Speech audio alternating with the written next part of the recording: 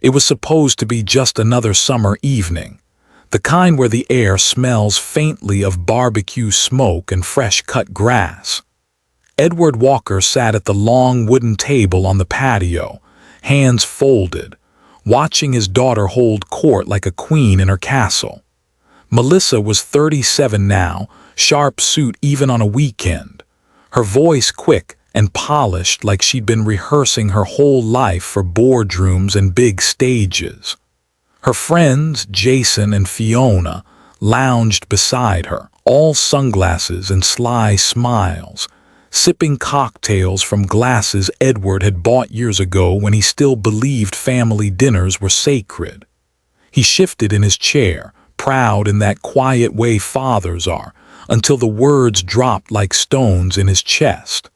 Melissa raised her glass, that little smirk curling at the corner of her mouth, and said, "Don't mind my dad. He's just a retired old man, doesn't really understand how the world works anymore."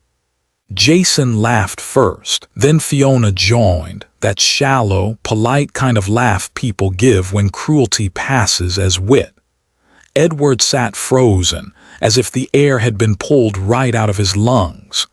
His daughter's words echoed in his ears, bouncing off every year he had worked, every late night in cold offices, every deal he had fought through just to build the very company that now put food on her table. He wanted to believe he'd misheard. But no, her eyes sparkled with pride in turning him into the punchline. For a moment, he wasn't sitting at a patio table. He was 29 again, with calloused hands and a borrowed suit, standing next to his wife Margaret in a rented office space. She had squeezed his hand that night and whispered, "Don't you ever let her forget who laid the foundation, Ed, promise me that." He had promised. God, how he had promised. And then another memory, brighter, sharper, Melissa at 6 years old, sitting on his lap, her tiny fingers tugging at his tie. "I'll always be proud of you, Daddy," she had said, her face glowing with the innocent certainty of a child. He had carried those words like a shield through years of sacrifice. Now, looking at the grown woman across from him, he felt that shield crack clean in two. He wanted to stand to call her out, to shake the arrogance right out of her. But instead he sat still, eyes drifting toward the empty chair that once belonged to Margaret. If she were here tonight, she would have seen this coming. She had warned him in soft tones after Melissa's first promotion. "Success without gratitude turns into poison, Ed. Don't let her drink too deep." The laughter around the table faded into the background hum of cicadas. Edward stared at his glass of water, the condensation pooling like tears he refused to shed. His daughter had just erased him in front of her friends, and for the first time he wondered if she had been erasing him piece by piece for years. Sometimes the deepest betrayals don't come with slammed doors or shouted words. Sometimes they come disguised as jokes, wrapped in the thin smile of someone you once would have given your life for. And sitting there in the fading daylight, Edward felt a chill that had nothing to do with the evening breeze. This was no longer just a family dinner. It was the start of a reckoning. If you've ever watched someone you love forget the very ground they stand on, you'll understand what Edward felt in that moment. And if you're new here, stick around. Subscribe so you don't miss the rest of this story, because sometimes the quietest fathers carry the loudest truths. Melissa didn't stop at the joke. It was as if making me the butt of her little performance had given her permission to turn me into her unpaid help. She leaned across the table, still smiling at her friends, and said, "Dad, can you run upstairs and grab the blue folder off my desk? Jason wants to see the projections. No please, no thank you, just an order dressed up like a request." I pushed my chair back, the legs scraping across the stone patio. Jason nodded at me politely, but there was something in his eyes, like he was watching an old man shuffle around in a role he didn't quite fit anymore. Fiona tilted her head, gave me that smile people reserve for strangers in wheelchairs or lost children in grocery stores. Pity dressed up as kindness. Inside the house, the air was cooler, quieter. I walked past the living room I'd paid for, past the kitchen where Margaret used to hum while she cooked Sunday dinner. It was her dream, this house. I bought it because she wanted Melissa to grow up with more than either of us ever had. My fingers brushed against the doorway as if touching wood I'd earned could remind me I still belonged here. On the desk sat the folder, neat and perfect. I picked it up, heavy with numbers I'd once lived and breathed. Now they were just papers my daughter waved around like trophies. As I turned to leave, my eyes caught the shelf in the corner. There it was, a framed photo of the four of us. Margaret, me, Melissa maybe 9 years old, Michael just a toddler on my shoulders. Margaret's smile was wide, proud. She looked at me the way Melissa used to when she was little, like I could do no wrong. I set the folder down for a second and picked up the frame. The glass was cool against my fingers. I remembered Margaret's voice the night we signed the papers on the company, her whisper in my ear. Ed, don't ever let her forget who built the ground she walks on. My throat tightened. Looking at that photo, I realized Melissa had already forgotten. Maybe she had erased us piece by piece without even noticing. I put the frame back exactly as it was, straightened the edges, and carried the folder outside. Melissa didn't look up when I handed it to her. She just snatched it, flipped it open, and started explaining numbers Jason already seemed to know. I sat back down in silence, staring at the condensation dripping down my glass of water, pooling into a circle that kept spreading wider and wider, like the years I had given her. Jason chuckled at something Melissa said. Fiona reached over and patted my arm like I was a kindly old grandfather she'd met once at church. I hated that touch. I wasn't their mascot. I wasn't a prop for their comfort. But sitting there, I realized that's exactly what I had become in this house. A decoration, a relic. Inside my head, the words came sharp and bitter, so this is it. A lifetime of sacrifice, and I'm reduced to the label of useless. A piece of furniture to lean on when it suits her, to ignore when it doesn't. I kept those words buried. Out loud, I stayed quiet. I swallowed the ache, the humiliation, the fury. I stared at the empty chair across from me, the one Margaret would have filled if she were still alive. And for a flicker of a second, I could almost hear her voice again, soft but firm. Don't you dare let them erase you, Ed. Don't you dare. I blinked, and the sound was gone, replaced by Melissa's laughter. I picked up my glass, pretending the water could wash down the lump in my throat, but nothing could hide the truth anymore. My daughter didn't just see me as retired. She saw me as disposable. And the worst part, I let her. The sliding door creaked open, and in walked Michael. 35, broad-shouldered, hands rough from years of carpentry. He still had sawdust clinging to his jeans, proof of a day spent in the workshop. He looked around the patio, and it didn't take long for his eyes to lock on me, his father, sitting stiff in a chair, the weight of humiliation hanging over me like a storm cloud. Melissa noticed him and smirked. "Oh, here we go," she said, her voice dripping with sarcasm. "The craftsman joins the board meeting. Tell me, little brother, what could you possibly understand about quarterly projections? You've spent your life cutting wood, not cutting deals." Jason and Fiona chuckled, eager to stay in Melissa's good graces. Michael's jaw clenched. I saw it, the fire in his eyes. He didn't bite back with anger, though I knew he wanted to. Instead, he walked right up to the table, steady as a man who's had enough. He put his hand on my shoulder, a small gesture, but it carried the kind of weight only a son who still respects his father can give. "You want to laugh at me, fine," he said, his voice low but steady. "But don't you dare treat Dad like some relic. That company you strut around bragging about, it wouldn't exist without him. You wouldn't have your job, your house, or even this backyard if it weren't for what he built." The air shifted. Jason stopped smiling. Fiona looked down at her drink. And for the first time that night, Melissa's confidence cracked, just a flicker, but enough to see it. She rolled her eyes, trying to cover, but her cheeks flushed red. I wanted to say something to thank him, but before I could, Michael leaned closer to me and whispered, "Dad, can we talk for a second?"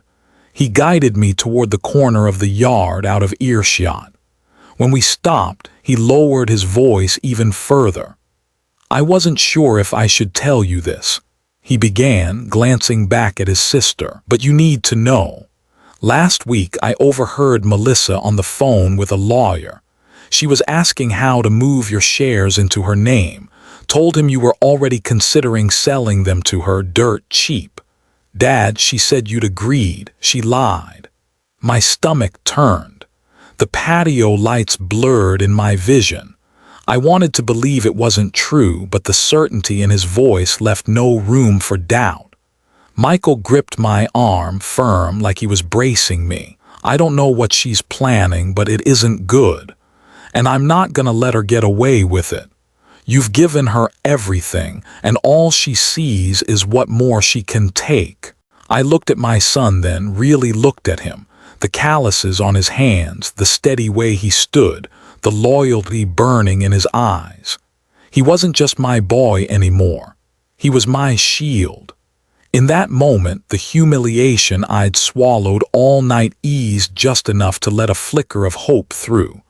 Because no matter how far Melissa had strayed, I still had a son who remembered who laid the foundation. Edward slipped back into the house without a word. The laughter from the patio trailed behind him, muffled by the glass door, but it still clung to him like smoke. He walked slowly, his steps heavier than they should have been for a man his age. It wasn't his knees giving out. It was something deeper, heavier, the kind of weight you feel in your chest when you've been cut down by your own blood. He found himself standing at the door of his old study. It smelled faintly of dust and cedar, the way it always had. This room hadn't been used much since Margaret passed, but everything in it was still exactly where he had left it. He ran his hand over the edge of the desk, his desk. Not some polished thing bought at a furniture store, but the one he had built with his own 2 hands when Melissa was still a little girl coloring in the corner. The surface was scratched and dented, each mark its own little story. He pressed his palm against it and felt that old ache, the kind of ache that reminded him he was still alive. Bending down, he pulled at the drawer most people would have thought was ordinary, but he knew better. Hidden behind the false bottom was a small iron safe, one he had built into the frame when the company was just starting out. The lock was stiff, the key old and worn, but the sound of it turning, the click, was sharp, familiar, and final. Inside, stacked neatly after all these years, were the original incorporation papers for Walker Build.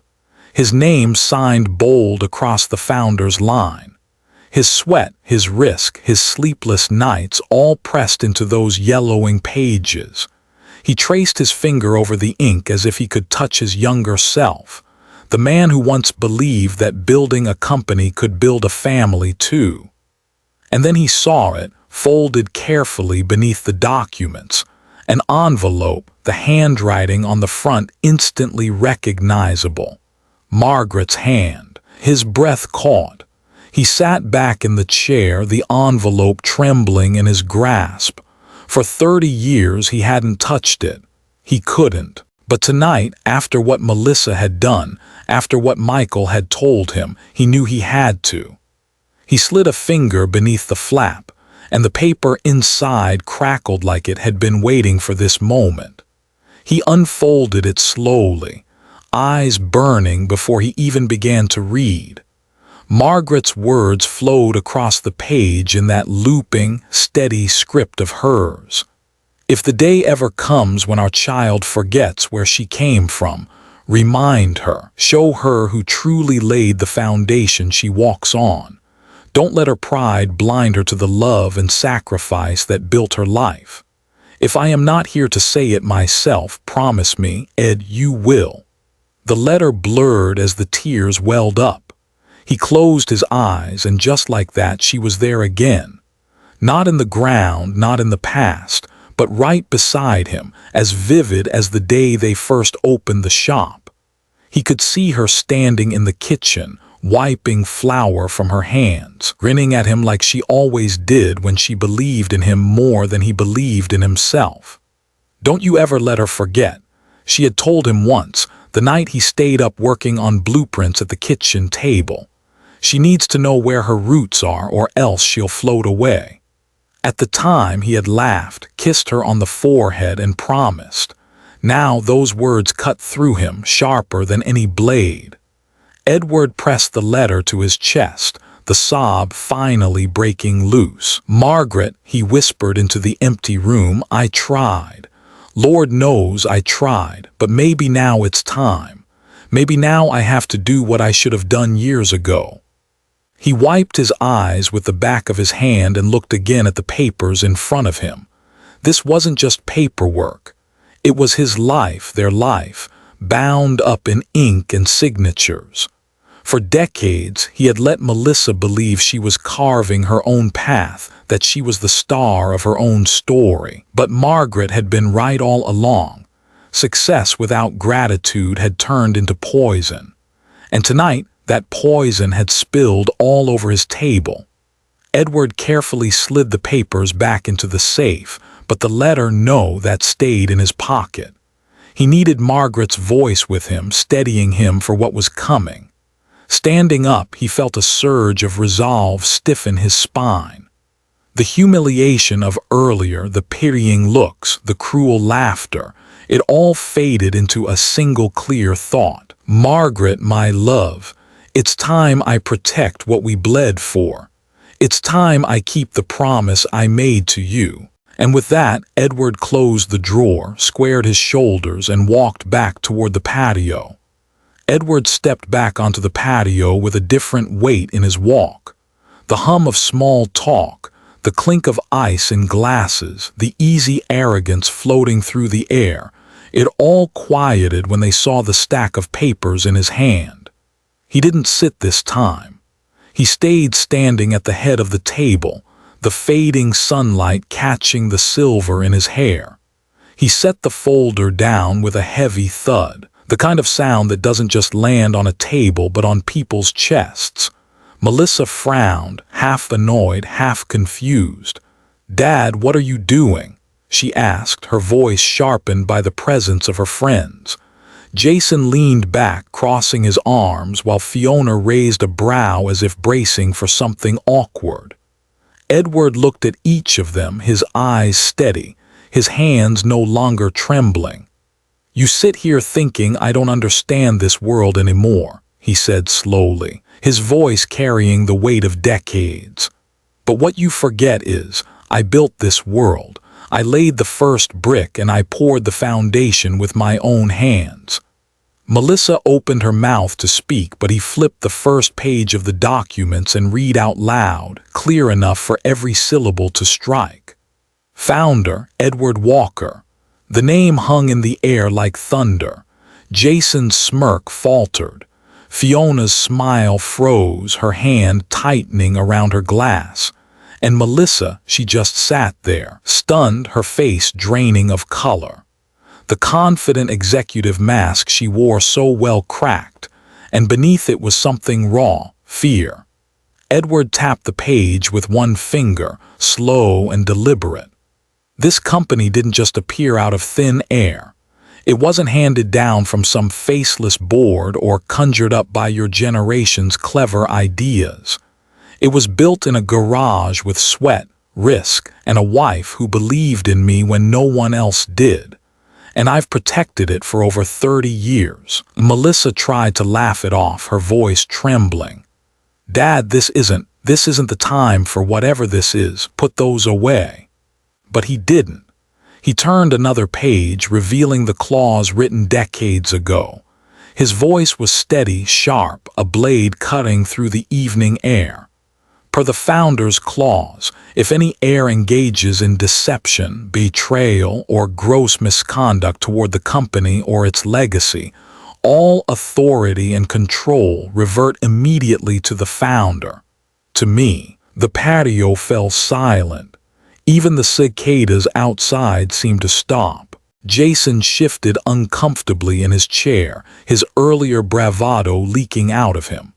Fiona's eyes darted from Melissa to Edward, as if realizing they'd placed their bets on the wrong horse. Melissa shook her head hard, panic flashing in her eyes. Dad, no, please, you don't understand. I didn't mean it. I wasn't trying to. She pushed her chair back and stood, her voice cracking. I just wanted to prove I could handle it, that I was strong enough. Don't take this from me. Please just give me another chance. For the first time that night, her confidence was gone. All that remained was the daughter he once knew, desperate, pleading. Her hands trembled as she reached for him, her voice breaking on the word Dad. Edward didn't move, he didn't speak. He just looked at her, eyes hard with truth, soft with grief. His silence was heavier than any words could have been. Melissa's breath hitched. Please, she whispered again, but the answer was already written on his face. The papers lay between them like a wall, cold, undeniable, final. And as the seconds stretched, the weight of his silence pressed down on everyone at that table. Jason and Fiona glanced at each other, both realizing the party was over, though neither dared to move. Edward finally straightened his shoulders, his jaw set. He didn't need to shout. He didn't need to argue. The truth was already on the page, in the ink of his signature, in the lifetime of sacrifice that none of them could erase. And for Melissa, that silence, her father's unshakable silence, was louder than anything she'd ever heard. Melissa's phone lit up on the table, buzzing with a sharp vibration that made everyone jump. She glanced down, and when she saw the name on the screen, her face went pale. It was the CEO. Her hands shook as she swiped to answer, her voice brittle. Hello. Yes, this is Melissa. We all sat there in silence as her end of the conversation faltered. Her shoulders stiffened, her lips parted as if she might argue, but the words never came. After a long pause, she whispered, I understand, before the line went dead. She lowered the phone slowly, like it had just burned her fingers. Jason's phone buzzed next, then Fiona's. The two of them shared a nervous glance, fumbling to unlock their screens. I watched the color drain from their faces as they both scrolled. Jason muttered, No, this can't be real, while Fiona covered her mouth with her hand. It was all too real. Termination emails, effective immediately. Melissa's chair screeched back against the patio stone as she stood frantic. Dad, you can't let them do this. You have to fix it. You still have influence. Please talk to them. Tell them I didn't mean to. Her voice cracked into a sob. She reached for me, her manicured nails trembling. I kept my arms at my sides. My voice came out low, calm, and final. No, Melissa, I didn't bury your career. You dug that grave yourself, one selfish choice at a time. She froze at my words, tears streaking down her perfect makeup. Jason and Fiona, sensing the shift, began backing away. Jason mumbled something about needing to make a call. Fiona grabbed her purse in a rush. Within seconds, the two of them were gone, abandoning her without a backward glance. Their loyalty evaporated the moment the power slipped from her hands.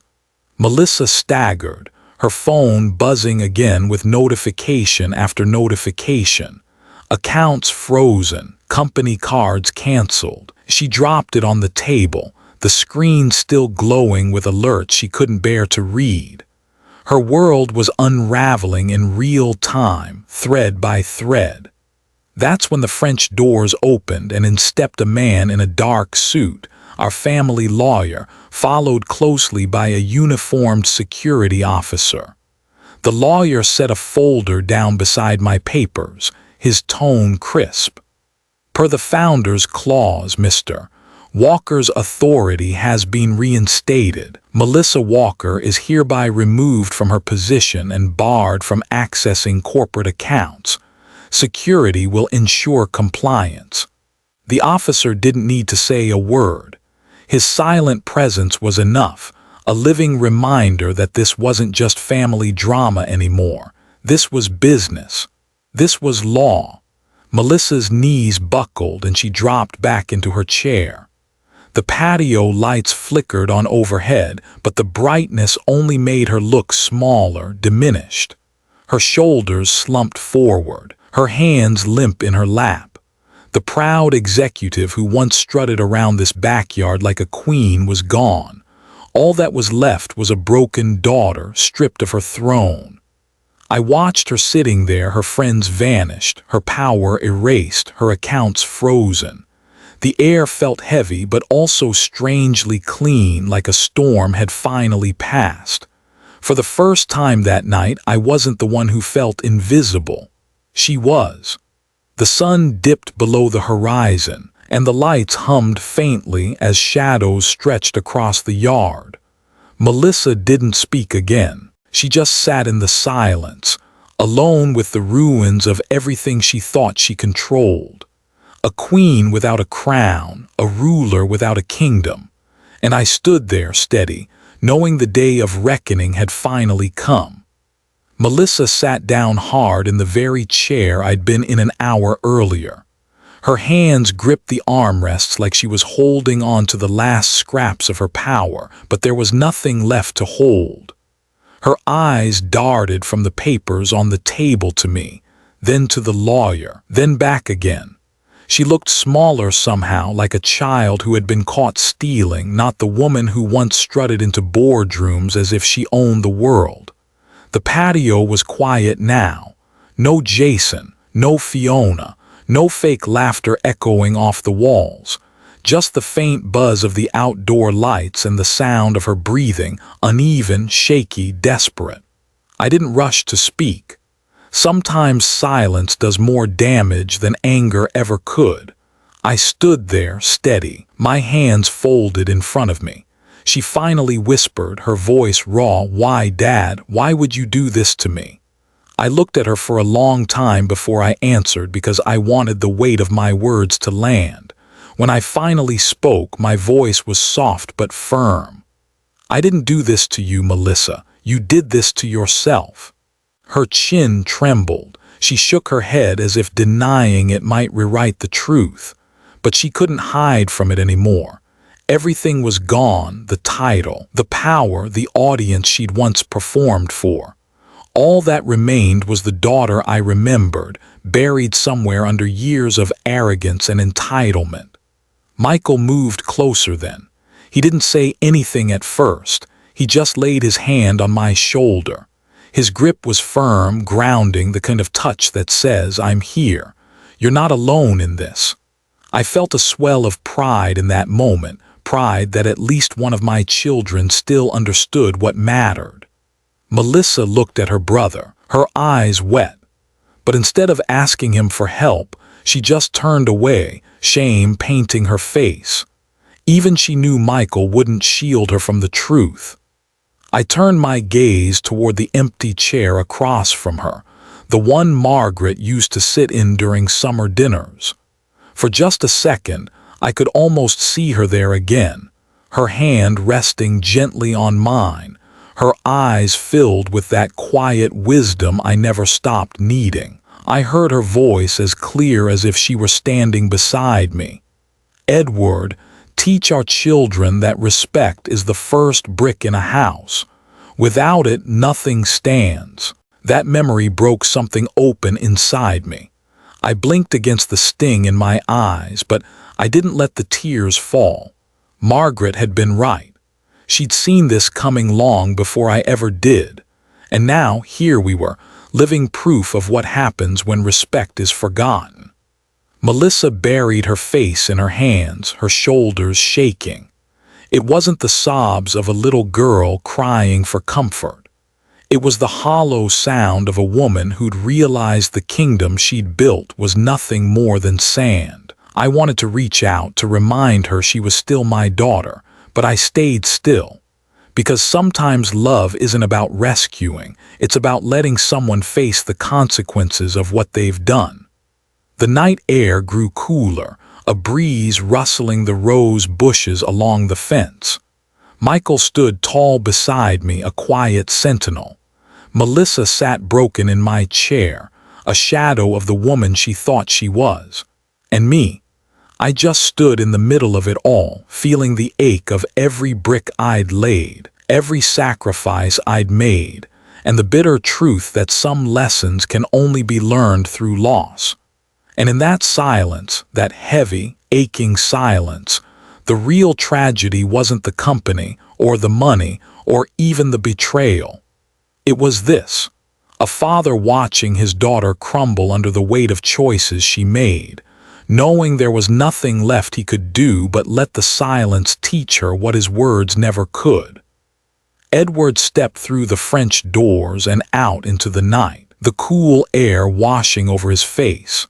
For the first time in years, his shoulders were not bowed. He didn't shuffle like a tired old man anymore. He stood tall, steady, his steps deliberate as he walked away from the house his money had bought but his daughter had claimed as her kingdom. Behind him, Melissa stayed slumped in that patio chair, the one that had been his just hours earlier. Her phone sat useless in her lap, screen dark, corporate accounts frozen. The lifeline she had once clung to now nothing more than dead weight. She pressed it against her chest and sobbed, but the cries were muffled by silence. Nobody rushed to console her. Jason and Fiona had already vanished, their loyalty gone as quickly as spilled wine soaking into stone. The lawyer had left. The security officer had stepped aside. The guests had melted into the night. She was alone, truly alone. Edward didn't look back. He had looked back too many times in his life, looked back and forgiven, looked back and covered for her mistakes, looked back and convinced himself that love meant excusing everything. Tonight was different. Tonight was the line in the sand. Michael walked beside him, one hand steadying his father's arm, though Edward didn't really need it. Still, the gesture meant everything.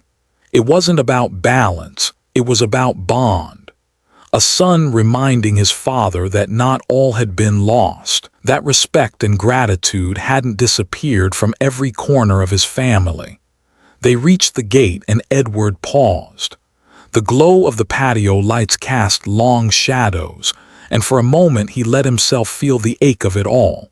The years he'd given, the wife he'd buried, the daughter he'd lost to her own ambition. His throat tightened, but he pushed the words out anyway, his voice firm, steady, and clear. "Legacy," he said, almost to himself but loud enough for Michael to hear, "isn't a crown to be worn. It's a foundation to be honored. When children forget the parents who laid the stones, they end up collapsing on the very ground they stand on." Michael nodded, his eyes shining, not with tears of weakness but with pride. He squeezed his father's arm. "Mom would be proud you said that," he whispered. Edward closed his eyes for a moment, and in that instant he felt Margaret again, the warmth of her hand, the way she always believed he'd know the right thing to do when the time came. Tonight, finally, he had. They walked on together, the sunset painting the sky in streaks of gold and crimson, a reminder that even endings can be beautiful when they carry truth. Back on the patio, Melissa sat curled into herself. Mascara streaked down her cheeks, the sound of her sobbing swallowed by the quiet. The house around her still gleamed, the yard still manicured, the lights still burned bright. But without people, without love, it all looked like a hollow stage after the curtain had fallen. She had everything she thought mattered, and yet she had nothing. Edward didn't see her like that. He didn't need to. He knew. And maybe one day she would remember the words he had spoken, the silence he had chosen, and the lesson her own downfall had carved into stone. But by then, it would be hers alone to carry. For him, for Michael, for the memory of Margaret, the message was enough. And maybe, for you listening, it's enough too. Because respect isn't about grand gestures. It's about remembering who built the ground you walk on.